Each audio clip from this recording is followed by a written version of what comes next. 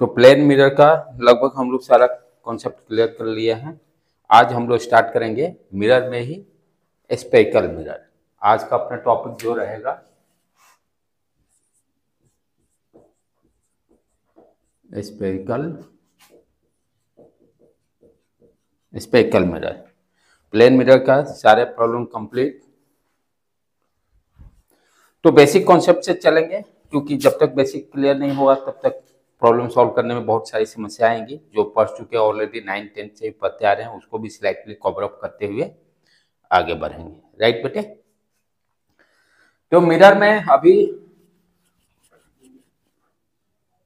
ये यदि surface plane होगा तो उसको हम लोग प्लेन मिरर बोले। यदि सरफेस प्लेन होगा तो उसको क्या बोले? Plane mirror. ध्यान देने की बात है, प्लेन मिरर का जो दो लॉज है वो लॉज स्पेरिकल मिरर के लिए भी वैलिड होगा, क्योंकि ये भी क्या है? Type of mirror. शेप क्या है? उसका शेप चेंज हो गया है। प्लेन मिरर में शेप प्लेन है और प्रॉपर्टी तो सेम है।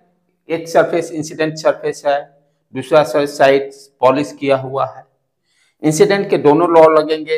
Incident angle equal to reflected angle, फिर incident ray, reflected ray, normal सारे एक पॉइंट पर मीट करेंगे। तो वो कॉन्सेप्ट स्पेरिकल मिरर के लिए भी होगा। अच्छा, स्पेरिकल मिरर हम लोग दो तरह के देखते हैं जनरली, जो 7th 8th से आप पढ़ते आ रहे हैं। क्या है स्पेरिकल? मीन्स स्पेयर का स्मॉल पार्ट। जैसे फॉर एग्जांपल मान लो फुटबॉल है, सर्किल इसको कभी नहीं समझने की गलती करना है। फुटबॉल है, स्पेयर है, ठीक है। तो यदि मेरे को इस तरह का मिरर चाहिए जो अभी ऊपर डिजाइन किया हूं, तो उसके लिए क्या करना पड़ेगा? स्पेयर के आउटर सरफेस पे पॉलिश करना होगा। क्या करना होगा? पॉलिश करना होगा। यानी इसके आउटर साइड सारे पर बाहर से पॉलिश कर दिए, क्योंकि यहाँ इंसिडेंट जो सरफेस है वो क्या हुआ? धंसा हुआ है। इसीलिए इसको हम लोग क्या बोलते हैं? कॉनकेव, गुफा। केव मीन्स गुफा होता है। केव मीन्स गुफा। तो यदि इंसिडेंट सरफेस यदि कॉनकेव रहेगा, गुफा होगा, तो इसको हम क्या बोलते हैं? Concave mirror. इसको क्या बोलते हैं? Concave mirror. अब कैसे इसको, ये कैसे आएगा? क्या किए? स्पेयर लिए, बाहर से पॉलिश कर दिए और स्मॉल पार्ट इसको कट मारे। अब ये जो कट करके जो पोर्शन निकलेगा वो क्या देगा? आपका कनकेव मिरर। यहां पर हम थोड़ा साइज में बड़ा दिखा रहे हैं, रियल में तो बहुत छोटा, बहुत very small curve, very small curve, वो ड्राइंग नहीं कर सकते, इसीलिए हम लोग थोड़ा सा इनलार्ज करके ड्रॉ करते हैं। तो कनकेव मिरर का मतलब क्या हो गया कि इंसिडेंट सरफेस जब गुफा वाला रहेगा पोर्शन, उसको कनकेव मिरर बोलेंगे। यानी धंसा हुआ जो पोर्शन है जहां पर ये इंसिडेंट कर रहा है, ठीक है, उठे हुए सरफेस पर पॉलिश किया हुआ है, उठे हुए सरफेस पर पॉलिश किया रहेगा। और केव मीन्स इसी से पकड़े, केव मीन्स गुफा, धसे हुए पोर्शन यदि इंसिडेंट सरफेस है तो कनकेव मिरर बोलेंगे। दूसरा क्या है? कन्वेक्स। दूसरा क्या है? कन्वेक्स। यानी उठा हुआ पोर्शन अब क्या हो गया? Incident surface, incident surface, right. यहां पर ये this surface is called incident surface. Plane mirror में this one is called incident surface. अब इसको कैसे, ये कैसे आएगा? जिसको उठे हुए पोर्शन को वेक्स मीन्स वर्टिकली जो उठा हुआ है, इसीलिए इसको हम लोग कन्वेक्स बोलते हैं, कन्वेक्स मिरर। प्रॉपर्टी तो सारा वही रहेगा, प्लेन मिरर का जो है वो प्रॉपर्टी यहां भी सारे लागू होंगे। अब इसको कैसे लेंगे कन्वेक्स मिरर? कैसे हम लोग क्या करेंगे? फुटबॉल कंसीडर करेंगे और अंदर से अब पॉलिश कर देंगे। अंदर से पॉलिश करके उसको कट करेंगे। अंदर से पॉलिश करके ये हुआ फुटबॉल। अंदर सरफेस, पूरे सरफेस को आप पॉलिश कर दीजिए और आउटर सरफेस क्या हो गया? आपका इंसिडेंट सरफेस। इसको कट करके निकाल दीजिए, ये क्या दे देगा? Convex mirror. ये क्या दे दिया, अब कन्वेक्स मिरर। सबसे इंपॉर्टेंट पॉइंट और दूसरा पॉइंट क्या ध्यान देना है, रेडियस ऑफ कर्वेचर बात करते हैं मिरर में। तो रेडियस ऑफ कर्वेचर कहने का मतलब जिस फुटबॉल से हम कर्व को निकाल रहे हैं, छोटे से स्मॉल पार्ट्स को निकाल रहे हैं, उस फुटबॉल का या स्फीयर का जो रेडियस होगा वही रेडियस ऑफ कर्वेचर कहलाता है। जिस स्फीयर से आप small parts of the curve जो कट करके निकाल रहे हो, उस स्फीयर का जो रेडियस होगा, उस रेडियस को हम लोग क्या बोलते हैं, जैसे यहां पर दिस, ये जो रेडियस होगा R, this radius is called radius of curvature, radius of curvature, radius of curvature उसी को बोलते हैं। ठीक है, अब यहां पर नेक्स्ट इसमें पॉइंट फिर क्या ध्यान देना है, radius of curvature concept clear होने के बाद आपको पोल क्या होता है वो अंडरस्टैंड करना पड़ेगा, सेंटर ऑफ कर्वेचर क्या होता है उसको अंडरस्टैंड कर पाएगा। ठीक है, पोल को कैसे डिफाइन करते हैं उसको अंडरस्टैंड करना पड़ेगा। फिर सबसे इंपॉर्टेंट चीज इसमें एक होता है aperture, that is very very important, जो कि 10th में नहीं था, अब वो यहां पर इंट्रोड्यूस होगा 12th में। Aperture, right. तो अपर्चर क्या होगा, बेसिकली जैसे मान लीजिए ये कट करके आपने स्पेक्ल मिरर निकाला, ठीक है, this is your incident surface. ऊपर का जो कटोरा है, कटोरा जैसा दिखाई दे रहा है, राइट। तो ऊपर का जो सरफेस होगा, टॉप भी क्या दिखाई देगा, सर्किल जैसा दिखाई देगा आपको। तो ऊपर से जब देखिएगा तो सर्किल जैसा जो सरफेस दिखाई देगा टॉप भी, उसी को हम लोग अपर्चर बोलते हैं। अंडरस्टूड। जब स्फीयर को कट करके निकालेंगे तो इस तरह का कटोरा जैसा दिखाई देगा, जो अपना बॉल जिसको बोलते हैं। तो ऊपर से जो सरफेस एरिया दिखाई देगा वो क्या कहलाएगा, अपर्चर, यानी ये लाइक दैट, ये इस तरह से आप इमेजिन कीजिए, ये वाला सरफेस, इसको हम लोग बोलते हैं अपर्चर, इसको क्या बोलते हैं, अपर्चर। ठीक है, तो जनरली हम लोग स्मॉल कंसीडर करते हैं, उसके भी रीजन है, उसका भी रीजन है, क्योंकि हम लोग स्मॉल अपर्चर, क्योंकि हम कर्व बहुत छोटा लिया। जब जितना ही कर्व छोटा, जितने बॉल छोटे कटोरी, सरफेस ऊपर से टॉप भी देखिएगा तो उसका सरफेस एरिया कम, जितने बड़ा बॉल उतना सरफेस एरिया ज्यादा। ठीक है, अब नेक्स्ट इसमें समझे हम लोग what is the pole, what is the pole. तो जो कर्व पार्ट निकाले हैं, जो कर्व पार्ट निकाले हैं, जो कर्व पार्ट हम निकाले, फॉर एग्जांपल कनकेव मिरर में ही अंडरस्टैंड कर ले।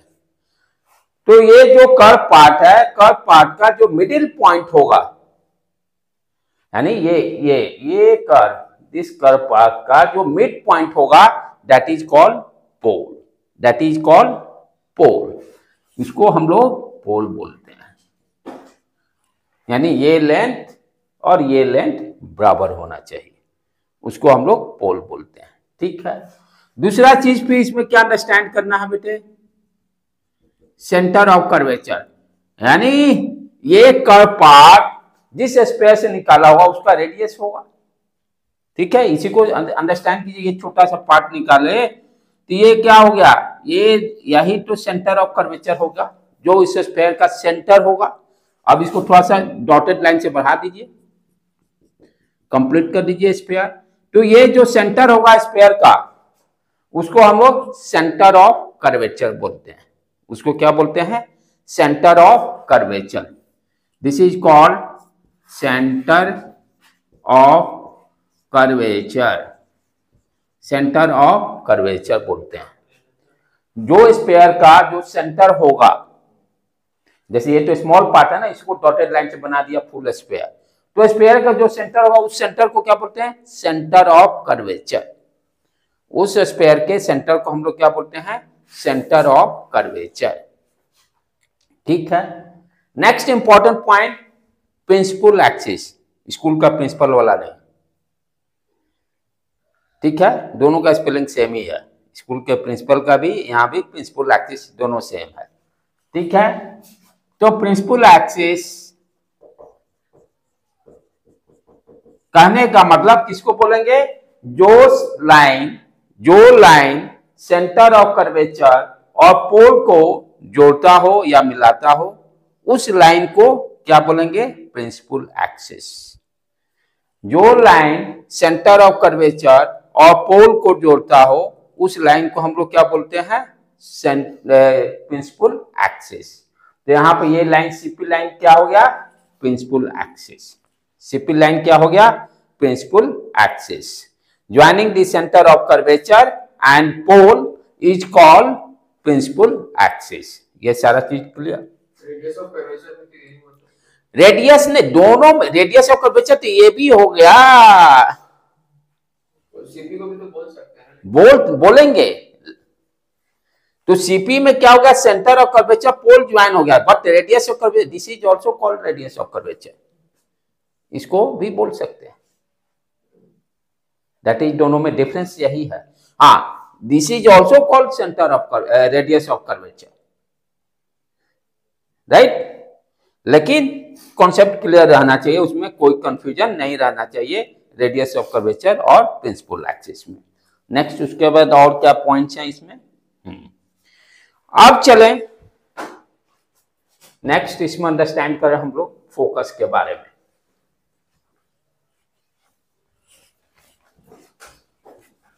तो रेडियस ऑफ कर्वेचर और सेंटर ऑफ कर्वेचर दोनों अलग है। Centre means centre point O, और मतलब जो स्फीयर का रेडियस हुआ वो रेडियस ऑफ कर्वेचर। तो दोनों अलग अलग क्यों बनेगा? कैसे? सेंटर तो एक ही जगह रहेगा, सेंटर ऑफ ओ अलग चीज है। Centre of curvature means centre point, O point की बात कर रहे हैं। Radius means centre of curvature से सरफेस तक जो डिस्टेंस हुआ वो रेडियस ऑफ कर्वेचर। स्फीयर का सेंटर से सरफेस तक जो होगा, सेंटर तो एक ही हो गया, जो सेंटर जहां स्फीयर का लाइज करेगा that centre point is called centre of curvature. Centre of curvature.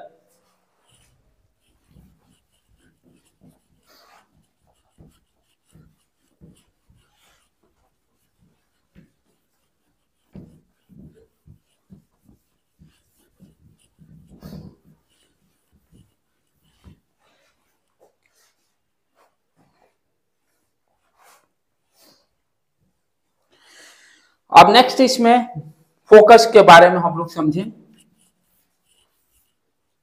सब पढ़ते आ रहे हैं, जस्ट यहां रिवाइज कर रहे हैं सारे टर्म को। फोकस, फोकस जैसे कॉन्केव मिरर का पहले अंडरस्टैंड कीजिए। रियल में ये बहुत छोटा होता है, मिलीमीटर के रेंज में रहता है कर्व पार्ट जो कंसीडर कर रहे हैं, ठीक है। पोल डिफाइंड कर दिया इसका, मिड पॉइंट, ठीक है। उसके बाद सेंटर ऑफ कर्वेचर सी और ये लाइन मिला दिया, ये principal axis. This is called principal axis. Mirror किस तरह का हो गया? कनकेव मिरर, इंसिडेंट सरफेस गुफा के साइड में, ठीक है। जब फोकस हम डिफाइन करते हैं तो फोकस में ध्यान देना चाहिए कि रेज जो इंसिडेंट होगा वो अपने में तो पैरेलल होगा ही, अपने में तो पैरेलल होगा ही, और किसके साथ और पैरेलल होना चाहिए? प्रिंसिपल एक्सिस के साथ। इसके बाद एक और कॉन्सेप्ट सीखेंगे हम लोग, ठीक है, कि ये फोकल प्लेन, जो कि अब नया चीज रहेगा। फोकल प्लेन, फोकल प्लेन जो कि 10th में आप लोग नहीं पढ़े हैं, तो इसीलिए मैं वर्ड क्या यूज कर रहा हूं कि फोकस डिफाइन करने के लिए जो इंसिडेंट रे होना चाहिए वो पैरेलल होना तो जरूरी है, राइट। फोकल पॉइंट डिफाइन करने के लिए कंडीशन क्या आ गया कि वो प्रिंसिपल एक्सिस के भी पैरेलल होना चाहिए। ध्यान देने की बात है, फोकल पॉइंट और फोकल प्लेन में डिफरेंस है। फोकल पॉइंट क्या कहे? कोई पॉइंट हो गया जो प्रिंसिपल एक्सिस पे लाइज करेगा। अब फोकल प्लेन कहने का मतलब कि जो आप फोकस पॉइंट डिफाइन कीजिएगा उससे जो प्लेन क्रॉस करेगा, यही प्लेन, वो फोकल प्लेन कहलाएगा। थोड़ी देर में मैं दोनों टर्म एक्सप्लेन करता हूं सेपरेटली। पहले फोकस को अंडरस्टैंड कीजिए। फोकस के लिए पहला कंडीशन, क्योंकि दो कॉन्सेप्ट जब तक क्लियर नहीं होगा, क्यों वर्ड कब यूज किया जा रहा है फिजिक्स में, वाई यूज किया जा रहा है, इस पर फोकस देने का है। रटम रटाई नहीं चलेगा काम, कॉन्सेप्ट क्लियर होने। तो फोकस डिफाइन करने के लिए क्या चाहिए? पहले incident ray more than one, दो या दो से ज्यादा भी हो सकता है। More incident rays are parallel to each other, पहले तो अपने पैरेलल टू ईच अदर, जो भी इंसिडेंट रे आएगा वो सारे अपने में तो पहले पैरेलल उनको होना चाहिए। जब फोकल पॉइंट डिफाइन करना होगा, फोकल पॉइंट जब डिफाइन करना होगा उसी को फोकस बोलते हैं, ठीक है। जब फोकल पॉइंट डिफाइन करना होगा तो दूसरा कंडीशन क्या होना चाहिए? All incident ray which are parallel to each other also parallel to principal axis. जो पैरेलल इंसिडेंट रे हैं वो इस प्रिंसिपल एक्सिस के भी पैरेलल होना चाहिए। यानी ये देखो, ये दोनों पैरेलल हैं एक दूसरे से। और फोकल पॉइंट डिफाइन करने के लिए, फोकस डिफाइन करने के लिए ये दोनों इंसिडेंट पैरेलल है, also parallel to principal axis, ठीक है। तो आफ्टर रिफ्लेक्शन, अब ध्यान दो यहां पर, अभी तक खाली वहां चल रहा था, ध्यान से अब समझने का है। ये इंसिडेंट रे हो गया, राइट। अब कैसे प्लेन मिरर वाला कॉन्सेप्ट यूज हो रहा है यहां देखिए, incident angle equal to reflected angle है। हम क्या करेंगे? नॉर्मल पहले इस पर ड्रा कर, जिस पॉइंट पर इंसिडेंट हुआ वहां पर नॉर्मल ड्रॉ करेंगे। आपको मैं ऑलरेडी बताया हूं कि स्फीयर के केस में नॉर्मल कौन क्या होगा? रेडियस होगा। नॉर्मल जो होगा वो रेडियस होगा। तो यहां सेंटर ऑफ कर्वेचर से यू ड्रॉ दी रेडियस, ये क्या होगा? नॉर्मल, ठीक। और ये क्या होगा? इंसिडेंट एंगल आई। कैसे? देखिए प्लेन मिरर का कॉन्सेप्ट यूज हो रहा है। अब जो रिफ्लेक्टेड रे होगा ये हुआ, आई और आर दोनों बराबर होना चाहिए। फर्स्ट लॉ यूज हो गया, सेकेंड लॉ भी यूज हो गया। Incident ray, reflected ray, normal सारा एक पॉइंट पे लाइज की। सिमिलरली उसी तरह से इसके लिए भी यहां भी आप नॉर्मल ड्रॉ कीजिएगा और यहां से ये रिफ्लेक्टेड रे। तो क्या है? जस्ट फिर दोबारा फोकस डिफाइंड होने के लिए पहला चीज, incident ray are parallel to each other and also parallel to principal axis, ठीक। ड्रॉ कर दिए। रिफ्लेक्टेड रे जो होगा जिस पॉइंट पे मीट करेंगे, that point is called focus, that point is called focus और फोकल पॉइंट। वे आफ्टर द इंसिडेंस होने के बाद जो रिफ्लेक्टेड रे जिस पॉइंट पे मिलेंगे उस पॉइंट को हम फोकस बोलेंगे। जैसे यहां पर इस पॉइंट पे मिल रहा है जो कि प्रिंसिपल एक्सिस पे लाइज कर रहा है, क्लियर। तो रिफ्लेक्टेड रे जो रहेगा जिस पॉइंट पे मिलेगा वो उस पॉइंट को हम क्या बोलेंगे? फोकस और फोकल पॉइंट। फोकस तो सीपी का मिड पॉइंट होता है होगा, वो सारा देखेंगे क्यों होगा, यहां सीखना है। यहां एक्चुअल में सीखना भी है और ये भी देखेंगे कि always this concept is not true. हाँ, कि आप कहिएगा कि हमेशा r/2 ही होगा 12th में, ये भी देखना है कि ये क्या statement always true, that is not true. उसके पहले उसका बेस कुछ और है जो कि आज हम लोग करेंगे, ठीक है। तो ये क्लियर हो गया फोकल पॉइंट। अच्छा, यहीं पर एक फिर क्या आ रहा है? Focal plane. Focal plane, focal plane किसको आप कहते हैं?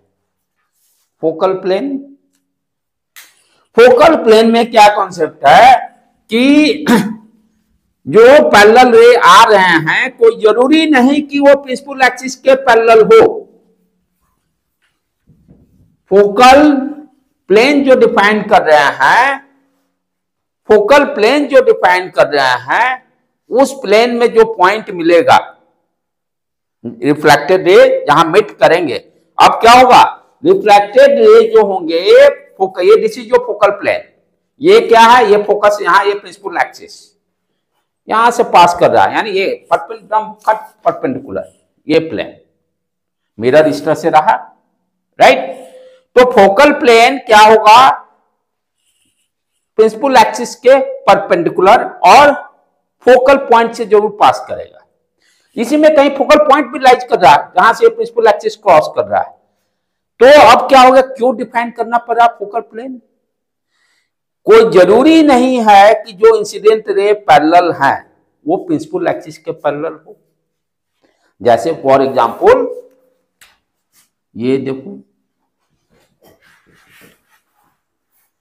पोल सेंटर कर्वेचर, ये दोनों रे प्रिंसिपल एक्सिस के पैरेलल नहीं, लेकिन जो लॉ है, फर्स्ट लॉ सेकेंड लॉ, वो तो लागू होगा। क्या है, इसके लिए नॉर्मल ड्रॉ कीजिएगा, यहां रिफ्लेक्टेड रे, ये आई आर दोनों बराबर, वो सारा कॉन्सेप्ट यूज होगा। फिर उसी तरह से ये हुआ, यहां भी उसी तरह से नॉर्मल ड्रॉ कीजिएगा। ये अब ये जो पॉइंट पे मीट करेंगे वो क्या होगा, एक प्लेन में होगा, उस प्लेन को हम बोलेंगे फोकल प्लेन, और उस प्लेन में ही फोकल पॉइंट भी है। दिस इज योर, जहां से ये फोकस रहेगा, ये दिस इज फोकल प्लेन। तो फोकल प्लेन में जितने पल, यही नहीं, ये भी तो आया पैरेलल रे, ये भी जाके तो मिलेगा कहीं इस पॉइंट पे, यहां मिले, यहां मिले, यहां मिले, जहां मिले। तो फोकल प्लेन में वो सारे पॉइंट्स होंगे जो रेज कोई पैरेलल रहेंगे इंसिडेंट रे। अंडरस्टूड बेटे, क्लियर, समझ में आ रहा है? कौन? इंसिडेंट रे, ये सारे क्या होंगे, इंसिडेंट रे। तो फोकल प्लेन जब डिफाइन करेंगे तो कोई जरूरी नहीं है, एक ही केस होगा जो फोकल पॉइंट जो डिफाइन करना का, तब वो प्रिंसिपल एक्सिस के पैरेलल होगा। बाकी सारा कहां लाइज करेंगे, जो इंसिडेंट रे पैरेलल होंगे वो सारा फोकल प्लेन में लाइज करेंगे, सारा का सारा पॉइंट फोकल प्लेन में लाइज होगा। क्लियर है? ओके, आगे बढ़े। चलो अब नेक्स्ट कौन, क्या बेटे? हाँ, वो सूर्य के रोशनी। अब ये इंसिडेंट रे जो दूर से रे आ रहे हैं, रे किसको बोलते हैं, लाइट का जो पाथ, जिस पाथ से लाइट ट्रेवल कर रहा है, दैट इज कॉल्ड रे, दैट इज कॉल्ड रे। ठीक है, क्लियर हो गया? अच्छा, अब ध्यान देने की बात क्या है यहां पर, कि हमारे जो सिलेबस में जो डिफाइन किया गया है कि ये जो फोकल पॉइंट जो डिफाइन किया गया है, उसके लिए कंडीशन क्या लगाया गया है कि ये जो पैरेलल रे आ रहे हैं प्रिंसिपल एक्सिस के पैरेलल, वो प्रिंसिपल एक्सिस के बहुत क्लोज होना चाहिए। क्योंकि आपका मिरर क्या है, मिलीमीटर के रेंज में, ये तुन्नी सा छोटा सा, ये इमेजिन करो। तो जब फोकल पॉइंट जो डिफाइन किया जा रहा है वो किस तरह के रेज के लिए, पारा एक्सियल बोलते हैं इसी को। पारा एक्सियल करने मतलब जो रेज प्रिंसिपल एक्सिस के वेरी क्लोज, वही हमारे सिलेबस में पढ़ना है, हमारे सिलेबस में वही पढ़ना है, जो यानी इसी को बोलते हैं पारा एक्सियल। पारा एक्सियल कहने का मतलब, पारा एक्सियल जो रेज आ रहे हैं इंसिडेंट रे, वो बहुत क्लोज होना चाहिए प्रिंसिपल एक्सिस के। तो कंडीशन लग गया फोकल पॉइंट डिफाइन करने के लिए, इंसिडेंट रेज किस तरह का होना चाहिए, paraxial. Paraxial means close to the principal axis, क्योंकि कर्वेचर मेरा स्मॉल है, मिलीमीटर के रेंज में, तो डेफिनेटली जो भी इंसिडेंट रे होगा प्रिंसिपल एक्सिस के बहुत क्लोज होगा, तभी हम फोकल पॉइंट को डिफाइन करेंगे। और जो रेज प्रिंसिपल एक्सिस से दूर होंगे उसको मार्जिनल बोलते हैं। यार अब तो सोच लो ना, मिलीमीटर, मिलीमीटर का मतलब क्या हो गया, बहुत स्मॉल। मिलीमीटर का मतलब वेरी स्मॉल। और जो रेज प्रिंसिपल एक्सिस के दूर होते हैं, जो कि नहीं पढ़ना, मार्जिनल उसको बोलते हैं। तो कोई जरूरी नहीं है कि अब जो रेज प्रिंसिपल एक्सिस के जरूरी है क्योंकि फोकल पॉइंट पे ही मिलेंगे। जो रेज प्रिंसिपल एक्सिस से दूर होगा कोई जरूरी नहीं कि वो फोकल पॉइंट पे ही मिलेगा। तभी कॉन्सेप्ट वहां पर लोचा खा रहा है कि वी कैनॉट से कि focal length equal to r/2 always. NCERT में इसका डेरिवेशन भी दिया हुआ है। फोकल लेंथ का जो कैलकुलेट किया हुआ है इसी से स्टार्टिंग ही है डेरिवेशन, ठीक है। तो उसी को अब मेन चीज वही सीखना है, बोर्ड एग्जाम के लिए इंपॉर्टेंट भी है डेरिवेशन, राइट। कि फोकल लेंथ अब क्या होगा। अभी तक हम जानते थे कि r/2 होता है, तो r/2 तभी होगा जब रे पारा एक्सियल होगा, जब रे पारा एक्सियल होगा। यदि रे पारा एक्सियल नहीं होगा तो यू कैनॉट से कि फोकल लेंथ किसको बोलते हैं, पोल से लेकर फोकल पॉइंट के बीच के डिस्टेंस। तो पूछे पारा एक्सियल क्या होता है, ये सब नॉलेज के लिए रखना पड़ेगा। ये नॉलेज के लिए पारा एक्सियल रे क्या होता है, तो जो प्रिंसिपल एक्सिस जो इंसिडेंट रे प्रिंसिपल एक्सिस के वेरी क्लोज है उसको पारा एक्सियल बोलते हैं। अब नेक्स्ट टॉपिक इसी में कि फोकल लेंथ क्या होगा। कनकेव मिरर से ही स्टार्ट करें एग्जांपल लेकर कि जो हम लोग अभी तक जानते थे फोकल लेंथ जो होता है r/2 है, क्या this statement is always correct कि समथिंग डिफरेंट। और उस पर प्रॉब्लम भी आते हैं 12th में ऑब्जेक्टिव में। कॉम्पिटिटिव एग्जाम में आप तो सोचोगे फट देना r/2 मार्क आओगे और गच्चा खाओगे 0 नंबर। अब क्या है उस चीज को देखते हैं। तो हम लोग नेक्स्ट टर्म अपना जो है focal length of spherical mirror, spherical mirror क्या है। चलो स्टार्ट करें, कॉन्सेप्ट को डेवलप करें हम लोग। कनकेव मिरर को लेकर ही एग्जांपल को करते हैं, मैथमेटिक्स है प्योर। यहां पर P डिफाइन कर दिए, दैट इज मिड पॉइंट। ये C हो गया सेंटर ऑफ कर्वेचर, राइट, ठीक है। अब क्या कर रहे हैं कि जब तक कुछ नहीं दिया हुआ है कि रे पारा एक्सियल है कि क्या है, जब तक कुछ नहीं दिया हुआ है रे पारा एक्सियल है कि क्या है, ठीक है, तो जनरल लेके चलेंगे। पहले दो कॉन्सेप्ट क्या करा, कोई भी इंसिडेंट रे ठीक मिरर पर इंसिडेंट हुआ, ठीक है, रिफ्लेक्ट होकर फोकल पॉइंट से जाएगा, ठीक। अब आगे यहां पर ध्यान से देखो, अब इस रे को जो डायग्राम को ड्रॉ कर रहे हैं यहीं पर ध्यान से, इसलिए पहले भी मैं बता चुका हूं। क्या करेंगे, नॉर्मल ड्रॉ करेंगे, ये नॉर्मल हो गया। इस एंगल को थीटा मान लेते हैं, इंसिडेंट एंगल को, रिफ्लेक्टेड एंगल को भी थीटा मान लेते हैं और इसका नाम दे दें ACBP, ठीक। ध्यान से आप देखो बेटे, ट्रायंगल ACF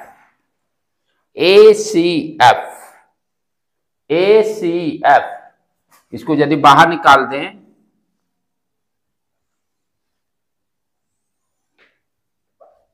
FAC AF, हाँ, इसको यहां से ये भी रेडियस ऑफ कर्वेचर, अच्छा, ये CF, ये AP, ठीक है। हाँ देखो, CF को हम मान लेते हैं कि x है।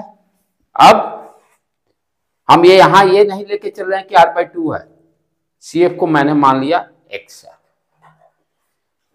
ये दोनों लाइन पैरेलल है, ये दोनों लाइन पैरेलल है, तो अल्टरनेट एंगल इक्वल, ये भी एंगल थीटा हो गया, थीटा हो गया। अब यहां पे देखो ध्यान से, ये थीटा, ये भी थीटा, तो दोनों एंगल बराबर हो गए, तो इस ट्रायंगल को आइसोसेलेस ट्रायंगल बोल सकते हैं, इस ट्रायंगल को आइसोसेलेस ट्रायंगल बोल सकते हैं। अब आइसोलस ट्रायंगल का प्रॉपर्टी क्या है, यदि उसके वर्टेक्स यानी एफ से बेस पर परपेंडिकुलर लाइन ड्रॉ करते हैं तो बेस को परपेंडिकुलरली बाइसेक्ट करता है।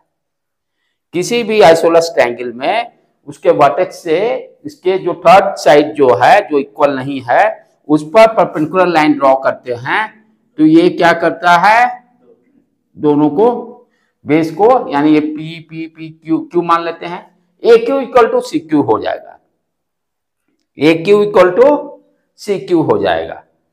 ठीक है बेटे, कोई दिक्कत नहीं इसमें। तो ए क्यू इक्वल टू अपना सी क्यू हो जाएगा। आगे बढ़े, ये यहां से ड्रॉ कर दिए। ठीक है, तो ये जब बाइसेक्ट कर रहा है इट मींस ए क्यू कितना होगा, आर बाई टू हो गया। ये आर है ना रेडियस, एसी, एसी क्या है, रेडियस है ना। तो ये ए क्यू आर बाई टू हो गया, ये भी आर बाई टू हो गया, कोई दिक्कत नहीं। अच्छा, सी एफ क्या है, एक्स है, सी एफ क्या है, एक्स है। तो हम एक्स और आर बाई टू में रिलेशन निकाल सकते हैं। ये देखो राइट एंगल ट्रायंगल हो गया C Q F, C Q F right angle triangle हो गया। तो हम रिलेशन एक्स और आर में क्या लग गया, बेस और हाइपोटेन्यूज कॉस थीटा का, कॉस थीटा का what is the cos theta, cos theta equal to x divided by r by two. कोई शक यहां पर, फिर से एक बार करें, ध्यान से देखिए।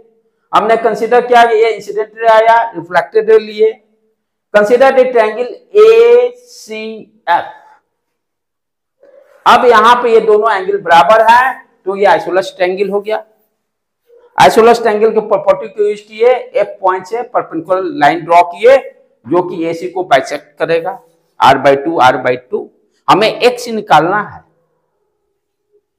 तो हमने क्या देखा, एक्स और आर बाई टू, आर तो मालूम है, नोन वैल्यू है। तो एक्स निकालने के लिए दोनों में ट्रिग्नोमेट्रिक फंक्शन का रिलेशन ये आ गया। We can write what is the x here, r by two cos theta, r by two cos theta. Clear. अब फोकल लेंथ क्या है, पीएफ। ध्यान से आ जाइए, थोड़ा भी मिस कीजिएगा काम गड़बड़। फोकल लेंथ यहां पर क्या है, पोल से लेकर एफ के बीच का जो लेंथ है उसी को फोकल लेंथ बोलते हैं, पीएफ जो है।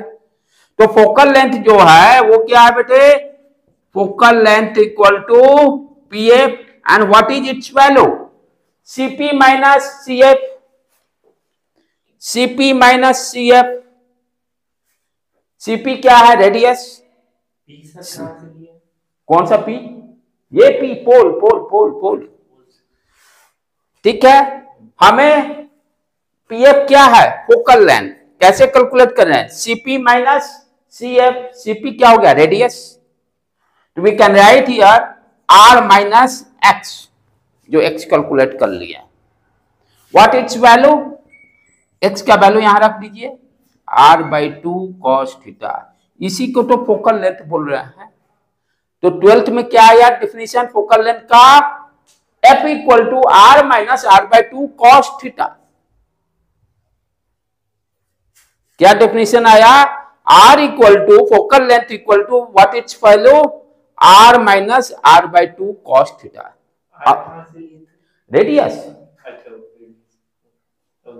ये फॉर्मूला इसका कंडीशन भी होगा कि वो, अब उसको लाने के लिए इससे कंडीशन डालेंगे, आर बाई टू जो जान नहीं, अब लगाएंगे आर बाई टू लाने के लिए पर एक्सियल का कॉन्सेप्ट लगाएंगे। जो आर बाई टू आया है वो अब यहां पर कंडीशन पुट करेंगे, पर एक्सियल रे है, थीटा इज वेरी स्मॉल, तो कॉस थीटा का वैल्यू 1 हो जाएगा, राइट। तो 12th में जो एनसीईआरटी में भी डेरिवेशन में ये दिया हुआ है, तो फॉर्मूला अपना क्या गया इसको ऊपर लिख लें, तब उसके बाद कंडीशंस को पुट करते हैं। तो कभी भी गलती से जब तक नहीं दिया है, पैराक्सियल का कॉन्सेप्ट कुछ इंट्रोड्यूस नहीं दिया है, सिलेबस में तो पढ़ना है, लेकिन कंपटीशन में कभी कदार दे दिया, क्योंकि एनसीईआरटी में दिया हुआ तो देता भी है, देगा देता भी है। तो क्या हुआ, focal length equal to F equal to we can write r minus r by two cos theta. Theta ध्यान रखने के क्या है, जो इंसिडेंट रे हुआ है नॉर्मल से जो एंगल, इंसिडेंट एंगल वाला थीटा है। अब पैराक्सियल रे होगा, छोटा इसको लीजिए, ये तो कर्व, तो ये थीटा क्या होगा, very small, this theta is very small. If रे is paraxial, then theta is very small. Cos theta का वैल्यू 1 हो जाता है, 1. If theta is paraxial, then theta is very small. और हम जानते हैं साइन थीटा स्मॉल हो जाता है, तो sine theta equal to theta, cos theta equal to 1, tan theta equal to theta. If theta is very small, sin theta equal to theta, right? यही है ना? ये जब थीटा बहुत स्मॉल होता है तो हम लोग क्या पढ़े हैं कॉन्सेप्ट कि sin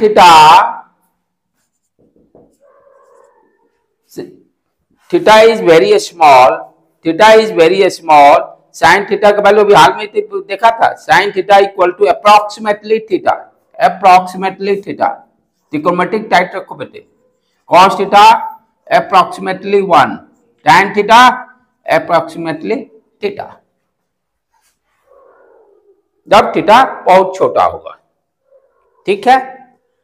वो रेडियन के फॉर्म में रहेगा, तो इसलिए मत सोचिए कि इसका वैल्यू कैसे आएगा, पाई बाई 12 लाइक दैट, इस तरह से, ठीक है। तो if theta is very small, तो यहाँ पर मेरा क्या है, cos theta, you can write cos theta equal to 1. Then what is the focal length? R minus R by 2. ये 2R minus R, what you can get? R by 2 आ गया, जो आप जानते हो,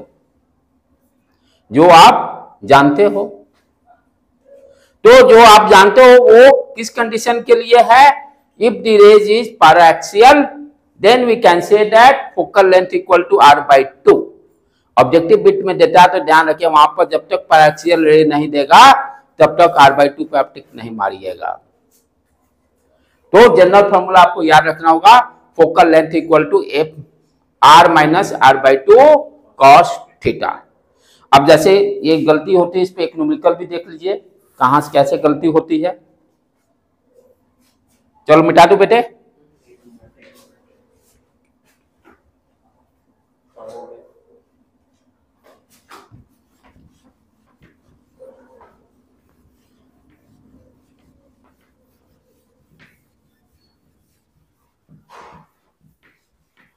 तो आज के लेक्चर में एक नया चीज आपने देखा जो 10th में नहीं पढ़े थे, focal length equal to R minus R/2 cos theta. Theta क्या है, जो इंसिडेंट एंगल है, अब जैसे मान लो फॉर एग्जांपल एक प्रॉब्लम देखें हम लोग,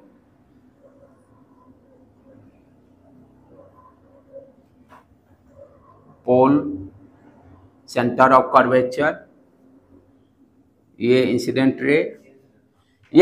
रे मान लो दिया हुआ है 4 सेंटीमीटर, प्रिंसिपल एक्सिस से कितना दूरी पर है, 4 सेंटीमीटर, राइट। अब यहां पर रेडियस ऑफ कर्वेचर दिया हुआ है r equal to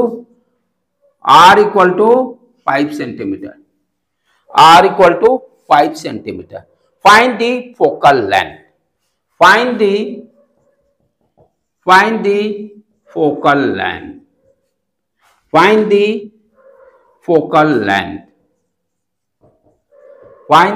focal length. Right? बच्चे खटाक देना मारेंगे 2.5 सेंटीमीटर। क्यों 3 centimetre is too much distance for mirror, क्योंकि जब ये अपर्चर है यही लेंथ है मिलीमीटर में, तो ये तो 3 सेंटीमीटर तो बहुत हो गया। वो दिया रहेगा, जो कट करके आप निकालिएगा पोर्शन, नहीं वो तो जितना आपको मिलीमीटर के रेंज में कट करके निकालना है। अपर्चर हो गया ऊपर का सरफेस वाला, उसको बोलते हैं अपर्चर। लेंथ जो कर्व का लेंथ यही मिलीमीटर में है, और ये कितना दे रहा है, जो आपका रे आ रहा है प्रिंसिपल एक्सिस के parallel 4 centimetre, too much large. तो डेफिनेटली पैरा एक्सियल का कॉन्सेप्ट यहां नहीं लगेगा। मिलीमीटर का रेंज है, जब होइए क्या, जब यही लेंथ मिलीमीटर में, तो ये मिलीमीटर में ये होना चाहिए, यानी ये एकदम छोटा रहेगा तब ना थीटा छोटा रहेगा। ये जितना नजदीक रहेगा उतना ही थीटा स्मॉल, तो इमेज नहीं बनेगा, बनेगा सारा कुछ, कंडीशन जो पढ़ना ही है पर एक्सियल के लिए। लेकिन अब 12th में आपको ये कॉन्सेप्ट इंट्रोड्यूस कर रहा है, तो ये जानना पड़ेगा कि हमेशा r/2 ही नहीं होगा। r/2 किस कंडीशन में है, जब रे पैरा एक्सियल होगा तब। तो अब यहां पे कैसे निकालेंगे, ध्यान से देखो, कॉन्सेप्ट पे चलो। ड्रॉ द नॉर्मल लाइन, ठीक है, ये हो गया F। अब ध्यान से देखो बेटे, ये क्या ही तो थीटा है ना, ये इसीलिए कहते हैं कॉन्सेप्ट पक्का होना जरूरी है। इंसिडेंट एंगल ही तो थीटा है। अच्छा, ये दिया हुआ है perpendicular distance 4 centimetre. Triangle consider करो, CAB नाम दे देते हैं, ABC। ये तो रेडियस मालूम है, डॉटेड लाइन जो शो कर रहा हूं मैं। परपेंडिकुलर ये भी मालूम है, ये दोनों के बीच में ये परपेंडिकुलर मालूम, बेस निकल जाएगा, ट्रायंगल इसको बाहर निकाल दो, देखो इस तरह से ACB, ये थीटा हो गया, ये 4 दिया हुआ है, ये 5 दिया हुआ है। क्या cos थीटा मालूम निकालना है ना, निकालना है तो cos थीटा। तो cos कितना, 50 25 4 16 यानी 3 हो जाएगा।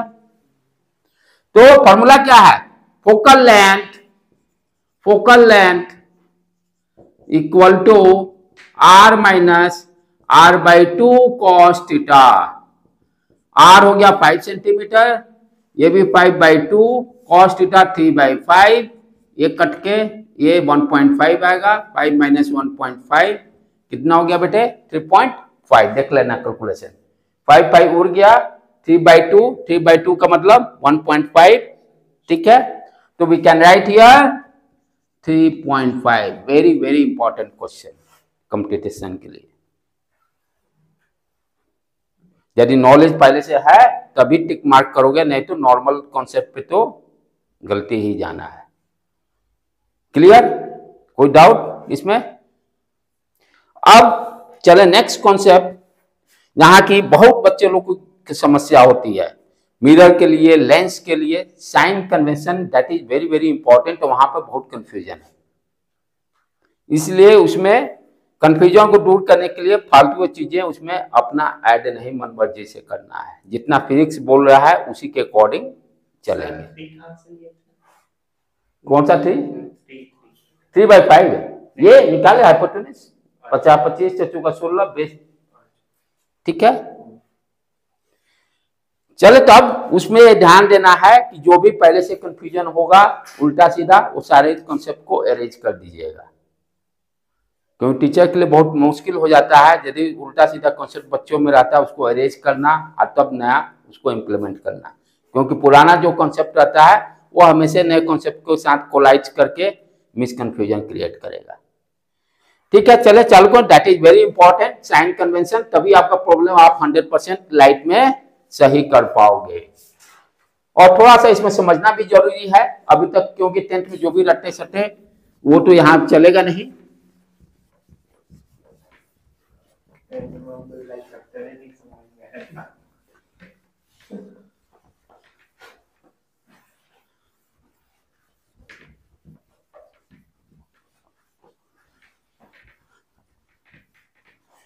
चलो तो अब साइन कन्वेंशन,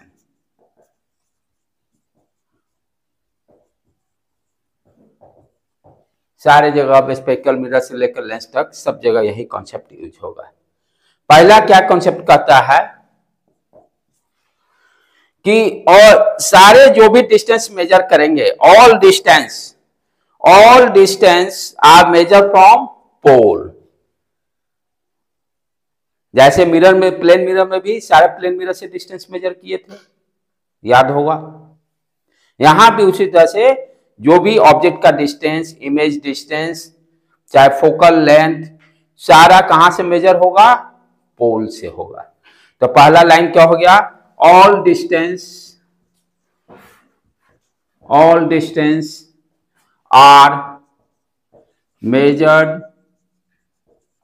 फ्रॉम पोल, पहला चीज, ठीक है।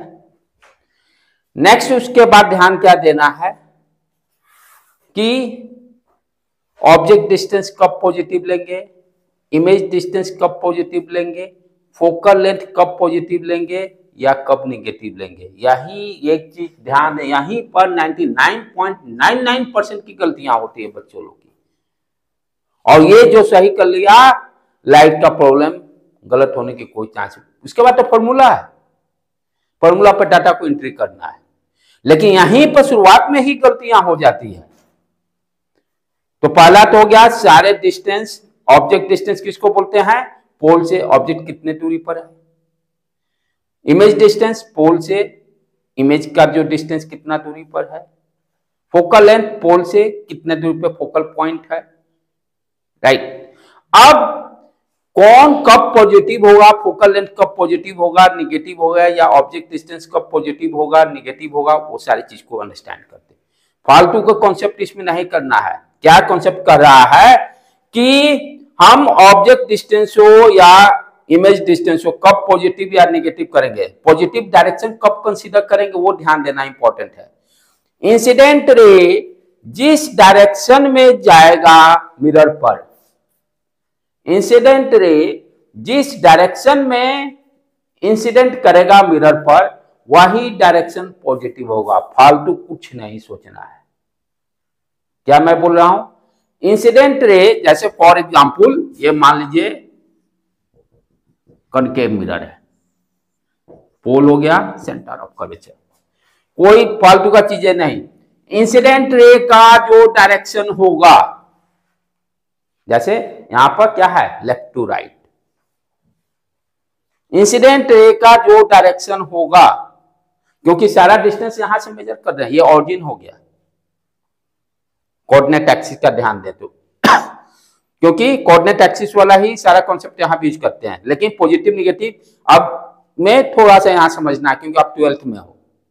इंसिडेंट रे का जो डायरेक्शन होगा, इस केस में क्या डायरेक्शन हो गया आपका, left to right, left to right, ठीक है। तो क्या होगा, ये डायरेक्शन पॉजिटिव हो गया। इंसिडेंट रे का जो डायरेक्शन होगा, वही डायरेक्शन क्या होगा, पॉजिटिव डायरेक्शन को शो करेगा, और उसका अपोजिट डायरेक्शन क्या कहलाएगा, नेगेटिव। तो अकॉर्डिंग टू दिस डायग्राम, पोल से इधर जो भी मेजर करेंगे वो सारा, क्योंकि ऑरिजिन कंसीडर, कोऑर्डिनेट एक्सिस में जो ऑरिजिन कंसीडर करते हैं, तो ये डायरेक्शन जब पॉजिटिव ले लिए तो ऑरिजिन से, दिस इज योर पोल, पोल से इधर जो भी क्वांटिटी मेजर करेंगे वो सारा पॉजिटिव कहलाएगा, और पोल से इधर जितना मेजर करेंगे सारा निगेटिव कहलाएगा। थोड़ा सा मैं डायग्राम चेंज कर देता हूं, इसलिए बाकियों मैं फोकस कर रहा हूं कि पॉजिटिव डायरेक्शन इंसिडेंट रे के ही डायरेक्शन में क्यों लेंगे। यही डायग्राम को यदि मैं इस तरह से पलट दूं तो बच्चा कंफ्यूजन, क्योंकि बच्चा याद करता है क्या, ऑरिजिन के लेफ्ट निगेटिव, ऑरिजिन का राइट पॉजिटिव, ये दिमाग में बैठाए हुए है। लेकिन this concept is not always true. Concept क्या है, इंसिडेंट रे के डायरेक्शन, इंसिडेंट रे का जो भी डायरेक्शन होगा वो डायरेक्शन कहलाएगा पॉजिटिव डायरेक्शन। अब इसी डायग्राम को देखो, पलट दिया तो बच्चा गया हवा खाने, ये दे दिया, ये इंसिडेंट रे। तो डायरेक्शन यहां क्या है, दिस डायरेक्शन इज पॉजिटिव। अब डायग्राम में तो इधर हो गया सारा पॉजिटिव, ये डायरेक्शन पॉजिटिव, उल्टा ऑरिजिन के लेफ्ट सारा पॉजिटिव, ऑरिजिन के राइट सारा नेगेटिव, क्योंकि इंसिडेंट रे का डायरेक्शन चेंज हो गया। अब राइट टू लेफ्ट यानी कि इंसिडेंट रे डिसाइडिंग फैक्टर है डायरेक्शन को बताने के लिए। ये नहीं कि लेफ्ट इसके निगेटिव और राइट इसके निगेटिव, वो कॉन्सेप्ट नहीं। इंसिडेंट रे से ही हम डिसाइड करेंगे कौन सा पॉजिटिव होगा और कौन सा नेगेटिव होगा। बाकी सारा जो भी कहानी आपके दिमाग में होगा वो सारा बंद कर दीजिएगा, हटा दीजिए। चलो, direction of second point,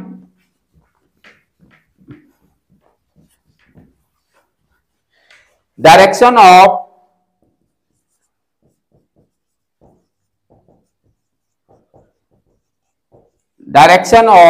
incident ray, direction of incident ray is taken as a positive, taken as a positive, taken as a positive, and any distance, and any distance, and any distance measured along the incident, at any distance measured along the incident, ray is positive. क्या करा? Direction of incident ray is taken as a positive, positive लेना है। कोई भी distance करने मतलब object distance हो, image distance हो, फोकल लेंथ हो, कोई भी डिस्टेंस की बात कर रहे हैं, सारा इसमें आ गया। And any distance measure along the incident axis, incident axis के डायरेक्शन में यदि मेजर करते हैं तो वो डिस्टेंस क्या होगा? पॉजिटिव होगा, अदरवाइज निगेटिव, अदरवाइज निगेटिव। ठीक है, क्लियर, समझ में आ गया कॉन्सेप्ट? अब देखो यहां पर, अब इस यही दो कॉन्सेप्ट को यूज करना है। ये जिसके पक्के, ये जिसके सही हो गए दिमाग में सेट, सारा प्रॉब्लम फटाफट सॉल्व करेगा। क्योंकि असली प्रॉब्लम यहां पे क्या है? साइन का वैल्यू ही सही से पुट करना। यू कब पॉजिटिव लेंगे, भी कब पॉजिटिव निगेटिव लेंगे, फोकल लेंथ। अब याद करने की यहाँ जरूरत नहीं है। दूसरा चीज जो बच्चे याद करते हैं, मेरे में कॉन्सेप्ट न मेरे से याद होता है, न बच्चों को याद करने देता हूँ। शुरू से मेरा भी आदत है, मेरे से भी याद नहीं होना है, तो मैं भी कोशिश करता हूँ भाई बच्चे को भी याद नहीं करना चाहिए, क्योंकि याद करने का सब्जेक्ट ही नहीं है। देखो अब क्या कह रहा है, अब आप कहते हो ना कि कौन सा किसका फोकल लेंथ कब पॉजिटिव कब निगेटिव होगा, ये हमेशा बच्चे भुला जाते हैं। अब यहां ध्यान से देखो, यदि आप कॉन्केव जैसे इस तरह से ड्रॉ करते हो, ये डायग्राम पे सारा आपको डिसाइड होगा कि फोकल लेंथ पॉजिटिव होगा कि निगेटिव होगा किस मिरर का। अब ये मैंने ड्रॉ कर लिया, इंसिडेंट रे ड्रॉ कर दिया, ठीक है। इसका मतलब इसको ऑरिजिन कंसीडर कर लीजिए पोल को, और यहां पर ये ऐसे लाइन ड्रॉ कर लीजिए। अब इससे क्या डिसाइड हो गया? ये पॉजिटिव हो गया साइड, ये नेगेटिव हो गया। अब इसका फोकल लेंथ किधर लाइज कर रहा है? Negative side. तो जब डायग्राम इस तरह का बनाएंगे तब फोकल लेंथ नेगेटिव हो गया, राइट। तो कनकेव मिरर का हम फोकल लेंथ नेगेटिव कंसीडर करते हैं, कनकेव मिरर का फोकल लेंथ नेगेटिव कंसीडर करेंगे, राइट। यदि आप कन्वेक्स का, ये देखिए इंसिडेंट रे से ही सब चीज डिसाइड होना है। ये डायग्राम ड्रॉ कर दिए, राइट। अब यहां पर ये डायरेक्शन, यहां पर पोल हो गया, ये ऑरिजिन, ये पॉजिटिव साइड, क्योंकि incident ray left to right जा रहा है, और ये नेगेटिव साइड। तो यहां पर फोकल लेंथ तो इधर है, कर्वेचर ऐसे है ना, रेडियस ऑफ कर्वेचर, सेंटर उधर है, सेंटर यहां पर है, तो फोकल भी इधर ही होगा। क्या करेंगे? इसको डॉट से मिला देते हैं, ये डाइवर्ज हो गया और फिर वर्चुअली मीट किया। That point is called focal point. तो यहां पर हम क्या देख रहे हैं? Focal point positive. Incident ray को नोट कैसे करते हैं? यू से, वो नहीं, इंसिडेंट रे को नहीं करते हैं, ऑब्जेक्ट डिस्टेंस को करते हैं। ऑब्जेक्ट डिस्टेंस को यू से और इमेज डिस्टेंस को भी से। ठीक है बेटे, साइन कन्वेंशन पक्का हो गया। कनकेव मिरर का अब यही मान लो समटाइम्स बच्चे घुमा दिया तो बच्चा परेशान, डायग्राम बुक में दे दिया इस तरह से, चाहे आपको कंपटीशन में भी इस तरह से दे दिया और इंसिडेंट रे इस तरह से दे दिया, सारा कंफ्यूजन क्रिएशन चालू। अब क्या करें, हम तो रटे थे कि कनकेव मिरर का फोकल लेंथ निगेटिव होता है, अब यहां पर तो पॉजिटिव आ गया। सर ए एक मिनट रुक जाओ, ये उल्टा ही मैं इसको, हाँ ठीक है, हाँ ये पॉजिटिव ये निगेटिव, यही ना। और सेंटर ऑफ कर्वेचर तो इधर ही पड़ेगा, फोकस भी इधर पड़ेगा, ये तो निगेटिव साइड निगेटिव, वो ऑलवेज निगेटिव ही आना है किसी भी तरह से ड्रॉ कर। इसमें क्या आया था निगेटिव, कनकेव की बात कर रहा हूं, कनकेव क्या है, इंसिडेंट रे धसा हुआ साइड में है, इंसिडेंट रे गुफा में घुस रहा है, तो ये कौन सा मिरर हो गया, कनकेव। आपको कनकेव कन्वे इंसिडेंट रे को देखना है, किधर घुस जा रहा है, इंसिडेंट हो रहा है, गुफा में घुसेगा तो कनकेव, और उठे हुए पोर्शन पे इंसिडेंट होगा तो कन्वेक्स, बस। हाँ आप पे डिसाइड करेगा पॉलिश किस साइड लगा है और इंसिडेंट सरफेस किस साइड है, किस साइड से, पॉलिश साइड से कहां से जाए, पारे नहीं कर पाएगा, पॉलिश लगाए क्यों है, इसी तो लिए लगाए हैं। लेकिन जो लास्ट वाला केस रहता है इसका, जो बियॉन्ड द मिरर बनता है कनकेव वाले में, उसमें है किसमें बेटे, एक बियॉन्ड द मिरर में बनता है, एट द फोकस पे जो लेके बनाते हैं कनकेव वाले में, वो पीछे बनता है, वो अलग चीज हो गया, वो अलग चीज हो गया। वो क्या है, इमेज डिस्टेंस की बात कर रहे हैं, इमेज पॉजिटिव निगेटिव की बात हो रही है, हम सिर्फ फोकल पॉइंट की बात कर रहा हूं। I am talking here only focal point. वो क्या था कि इमेज ऑब्जेक्ट को जैसे जैसे कनकेव मिरर में नजदीक लेके आते हैं, तो लास्ट वाला में जब पोल और फोकस के बीच में था तो पीछे इमेज बनता है, छोटा बनता है।